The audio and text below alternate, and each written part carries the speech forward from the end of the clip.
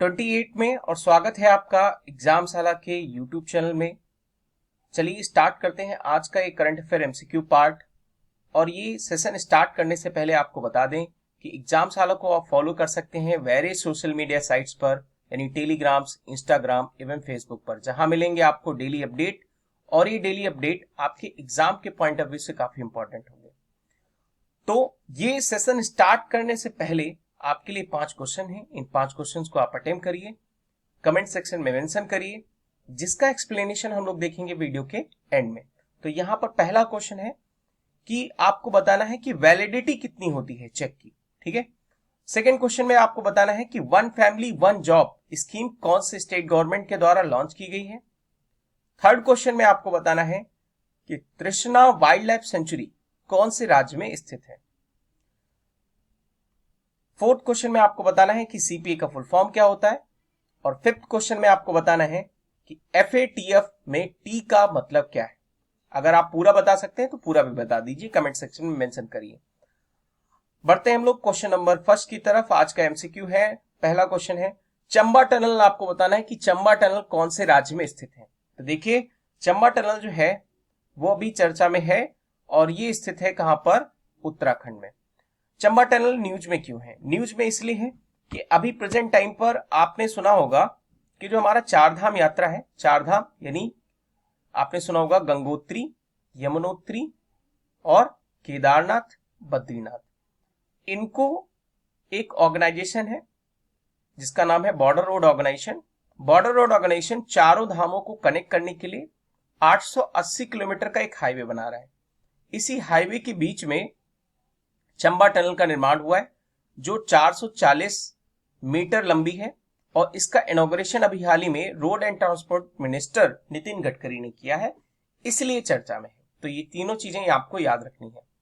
आगे बढ़ते हैं हम लोग क्वेश्चन नंबर सेकंड पर। तो क्वेश्चन नंबर सेकंड में है, इसमें आपको बताना है कि कौन से देश का अभी हाल ही में फर्स्ट मार्स मिशन भेजा जाएगा। और ये मार्स मिशन का नाम क्या है? तिनावेन, ठीक है, तिनावेन। और फर्स्ट ये मार्स मिशन है तो कौन से देश का है? नाम से ही पता लग रहा होगा, ये चाइना का है। ये चाइना का है। तो इसमें आपको बता देते कि इस मिशन में तीनों चीजें होंगी, यानी एक ऑर्बिटर होगा जो मार्स के चारों ओर चक्कर लगाएगा। इसके अलावा एक लैंडर होगा जो उनकी सतह पर, मार्स की सतह पर उतरेगा। और इसके अलावा एक रोवर होगा जो चाइना की मार्स की सतह पर जाकर वहां पर सॉइल की टेस्टिंग करेगा, ठीक है। तो ये तीनों चीजें आपको याद रखना है। आगे बढ़ते हैं हम लोग, यानी क्वेश्चन नंबर थर्ड पर। तो देखिए, क्वेश्चन नंबर थर्ड है हमारा, इसमें आपको बताना है कि खीर भवानी मेला ये कौन से राज्य में आयोजित किया जाता था, जो कोरोना वायरस के पेंडेमिक के चलते अभी हाल ही में क्या कर दिया गया है, सस्पेंड कर दिया, यानी कैंसिल कर दिया गया है। तो देखिए, ये खीर भवानी मेला जो है वो जम्मू कश्मीर में आयोजित होता है। याद रखना है आपको, कहां पर? जम्मू कश्मीर में आयोजित होता है। तो खीर भवानी मेला अभी चर्चा में इसलिए है क्योंकि वहां पर एक रांग्या राग्न्या, ठीक है, राग्न्या देवी टेम्पल है, राग्न्या देवी टेम्पल। और इस टेम्पल में हर साल जो है क्या लगता है, यहां पर खीर भवानी मेला लगता है। तो खीर भवानी मेला जो है, इस मेला को इस बार कैंसिल कर दिया गया है। किस लिए? क्योंकि कोरोना वायरस का पेंडेमिक है। ये चीज याद रखना है आपको। आगे बढ़ते हैं, यानी क्वेश्चन नंबर हम लोग फोर्थ पर। तो क्वेश्चन नंबर हमारा फोर्थ है, इसमें आपको बताना है क्रिसिल का फुल फॉर्म क्या होता है। तो देखिए, क्रिसिल का फुल फॉर्म होता है credit rating information service of India limited, यानी ऑप्शन डी आपको याद रखना है। देखिए, क्रिसिल इस समय चर्चा में क्यों है? क्रिसिल इंडिया की सबसे बड़ी एक रेटिंग एजेंसी है जिसका एस्टैब्लिशमेंट कब हुआ था? 1987 में। ये चीज याद रखना है आपको, कब हुआ था? 1987 में। अब ये चीज याद रखना है यहां पर कि क्रिसिल ने अभी हाल ही में अनाउंसमेंट किया है कि जो इंडिया की जो इकोनॉमिक ग्रोथ है, ये इकोनॉमिक ग्रोथ सबसे ज्यादा वर्स्ट कंडीशन में है। और इंडिया की इकोनॉमिक ग्रोथ 5% श्रिंक हो गई, यानी कम हो गई है। तो इस समय इंडिया की इकोनॉमिक ग्रोथ कंडीशन जो है वो बहुत ही ज्यादा वर्स्ट कंडीशन में है, ठीक है, इसलिए ये चर्चा में है। तो ये चीज याद रखना है आपको। आगे बढ़ते हैं, यानी क्वेश्चन नंबर हम लोग 5 पर। तो क्वेश्चन नंबर 5 में आपको बताना है कि पावर फाइनेंस कॉर्पोरेशन यानी पीएफसी, पीएफसी ने अभी हाल ही में किस कंपनी के साथ मध्य प्रदेश में मल्टीपर्पज प्रोजेक्ट जो हाइड्रो इलेक्ट्रिक प्रोजेक्ट से रिलेटेड होंगे उसको बनाने के लिए साइन किया है? तो देखिए इसका सही जवाब है एनबीपीसीएल। याद रखना है आपको, क्या? एनबीपीसीएल। एनबीपीसीएल यानी Narmada basin project company limited. Narmada basin project company limited, ठीक है। तो इसने अभी हाल ही में साइन किया है। ये 22,000 करोड़ रुपए का ये प्रोजेक्ट है जो नर्मदा बेसिन पर क्या करेगा? हाइड्रो इलेक्ट्रिक प्रोजेक्ट का निर्माण करेगा। ये चीज याद रखना है आपको। आगे बढ़ते हैं, यानी क्वेश्चन नंबर हम लोग 6 पर।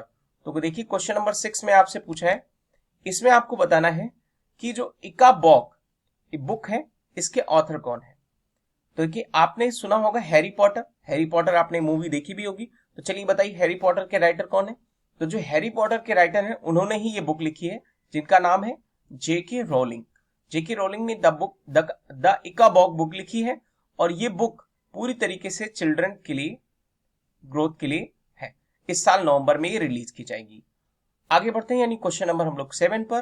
तो देखिए क्वेश्चन नंबर 7 में है, इसमें आपको बताना है कि आईसीएमआर यानी Indian council of medical research ने अभी हाल ही में देश में कितनी लेबोरेटरीज को अप्रूवल दिया है कि वो कोविड-19 का टेस्ट कर सकते हैं? तो देखिए इसका सही जवाब क्या है? इसका सही जवाब है 624 यानी ऑप्शन बी। इतने लेबोरेटरीज को अप्रूवल दे दिया है और ये जो लेबोरेटरीज होंगी ये प्राइवेट भी होंगी और साथ साथ में यानी पब्लिक भी होंगी। दोनों चीजें याद रखना है आपको। आगे बढ़ते हैं, यानी क्वेश्चन नंबर 8 पर। तो देखिए क्वेश्चन नंबर 8 में आपसे पूछा है कि अभी हाल ही में डिस्प्यूट रेजोल्यूशन सेंटर का इनॉग्रेशन किसने किया है? ये डिस्प्यूट रेजोल्यूशन सेंटर के बारे में आपको बता दें पहले कि डिस्प्यूट रेजोल्यूशन सेंटर का जो इनॉग्रेशन किया गया है ये पूरी तरीके से पेपरलेस डिस्प्यूट रेजोल्यूशन एनवायरनमेंट को बढ़ावा देगा। बात समझ में आई? यानी पूरी तरीके से जो डिस्प्यूट रेजोल्यूशन है ये इलेक्ट्रॉनिक बेस होगा, ठीक है। तो इसका इनॉग्रेशन किसने किया है? एके सीकरी ने। ये चीज याद रखना है। आगे बढ़ते हैं, यानी क्वेश्चन नंबर हम लोग 9 पर।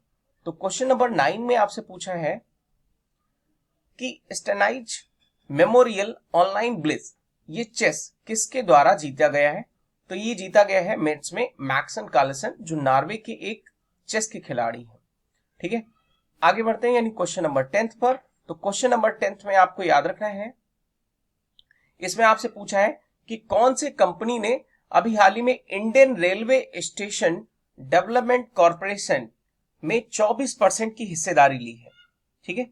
ये आपको याद रखना है। बताइए जरा इसमें कौन सा ऑप्शन है? देखिए इसका सही ऑप्शन है क्या? डी, यानी ऑप्शन डी में राइट्स का फुल फॉर्म क्या होता है? राइट्स का फुल फॉर्म होता है rail India technical economic services. इसने क्या किया है? 24% की हिस्सेदारी ली है। कहां पर? Indian railway station development corporation में, ठीक है।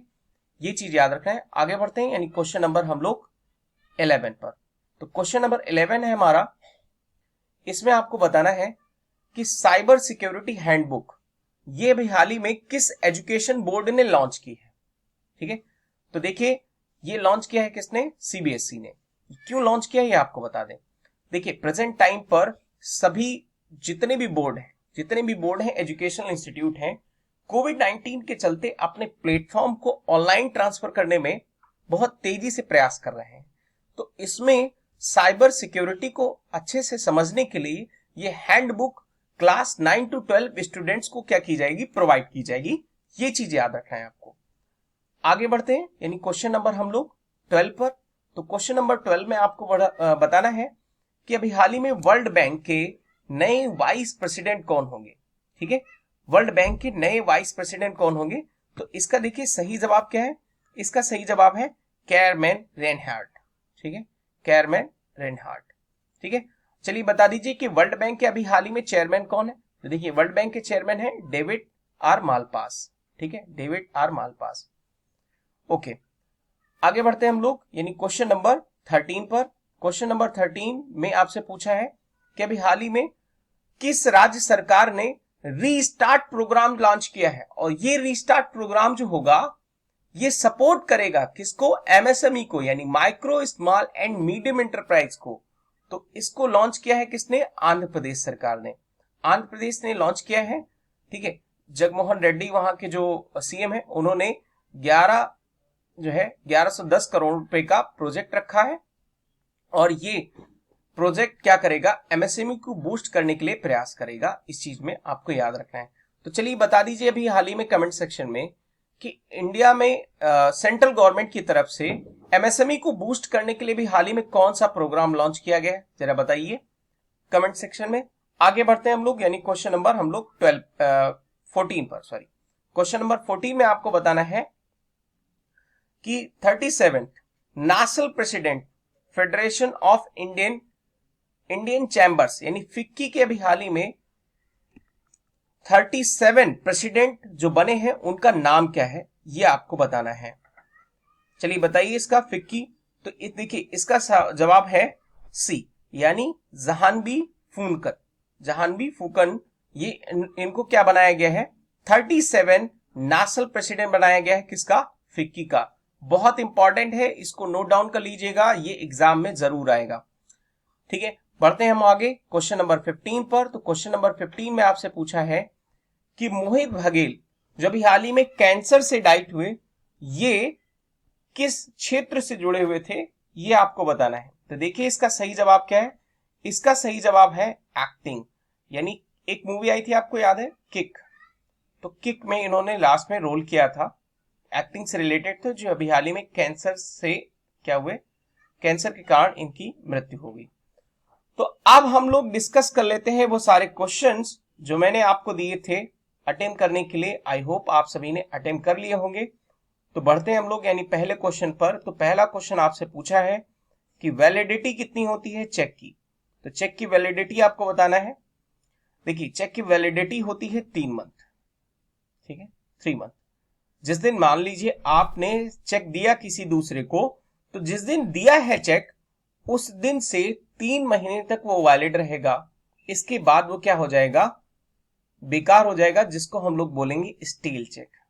ठीक है, नाम याद रखना, स्टील चेक। और अगर क्वेश्चन में आ जाए कि स्टील चेक का पेमेंट होता है क्या, तो स्टील चेक का पेमेंट नहीं होता है, ये याद रखना है आपको। अच्छा, आप बता दीजिए जरा कमेंट सेक्शन में कि चेक कितने प्रकार के होते हैं। ठीक, अगला क्वेश्चन है कि वन फैमिली वन जॉब, ये स्कीम किसके द्वारा लॉन्च की गई है। तो ये स्कीम लॉन्च की गई है सिक्किम गवर्नमेंट के द्वारा, सिक्किम गवर्नमेंट के द्वारा। सेकंड क्वेश्चन है, थर्ड मतलब तृष्णा वाइल्ड लाइफ सेंचुरी। तृष्णा वाइल्ड लाइफ सेंचुरी जो है कहां पर है, तो याद रखना है आपको, ये त्रिपुरा में है। ठीक है, त्रिपुरा में है। उसके बाद आपसे क्वेश्चन पूछा है, यानी फोर्थ क्वेश्चन में क्या था, बढ़ते हैं हम लोग फोर्थ क्वेश्चन की तरफ। तो फोर्थ क्वेश्चन में आपसे पूछा था कि फुल फॉर्म होता है सीपीए का। तो देखिए सीपीए का फुल फॉर्म होता है compulsory personal accident, compulsory personal accident. ठीक है, ये याद रखना है आपको। जब कोई इंश्योरेंस रिलेटेड आप कोई भी इंश्योरेंस कराने जाते हैं किसी भी वाहन का, तो उसमें आपको यहां पर सीपीए दिखाई देता है, यानी सीपीए आपको एक कंपल्सरी पर्सनल एक्सीडेंट के बारे में भी आपको एक इंश्योरेंस कराना होता है। आगे बढ़ते हैं, एफएटीएफ का फुल फॉर्म पूछा है। तो एफएटीएफ का फुल फॉर्म होता है financial action task force. Financial action task force जो इसका एस्टेब्लिशमेंट हुआ था 1989 में, और ये क्या करता है कि जो टेररिज्म यानी जो आतंकवादी हैं उनके फाइनेंसिंग पर ये पूरी तरीके से क्या कराता है, रोक लगाता है। ठीक है, तो अभी चर्चा में भी है। तो ये था आज का वीडियो। आपको अगर पसंद आया हो तो इस वीडियो को शेयर करिए, लाइक करिए, सब्सक्राइब करिए। अगर अभी आप तक अभी चैनल के साथ नहीं जुड़े हैं तो प्लीज आप चैनल को सब्सक्राइब कर लीजिए, हमारे टेलीग्राम चैनल्स को भी सब्सक्राइब कर लीजिए, जहां पर आपको मिलेंगे daily notification. Thank you for listening. God bless you all.